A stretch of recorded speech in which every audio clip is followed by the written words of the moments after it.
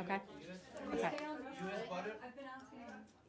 Michelle, this is not just about you. There are other people, as you see. I've been trying to get around to various people in the room.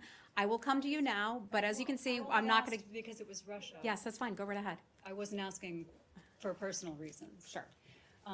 So now that you've had several days since the summit in Helsinki, and I'm assuming that you and your team have been able to speak to the secretary.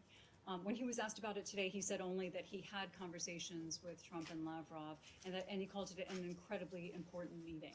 Do you know that he feels like he's fully aware of everything that happened between Trump and Putin? I can tell you the secretary and the president have an excellent relationship. They talk frequently, as does the president with other members of his foreign policy team.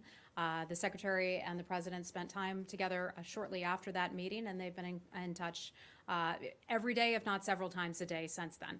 But does that mean that he feels like he fully knows what went on? I think the secretary does. He and the president are closely connected. Okay, and Last question, Michelle. okay. Well, let me try to narrow them down. Okay, well, I have other people to go to, so I'll go right ahead. Go Before ahead. the summit, Yes. he said that he was confident that President Trump would say in no uncertain terms to Putin that interfering in the U.S. elections was absolutely unacceptable.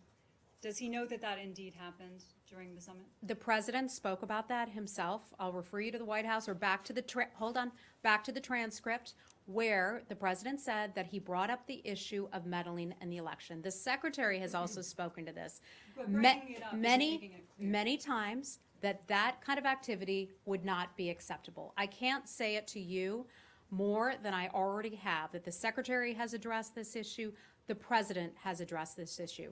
2016, unacceptable.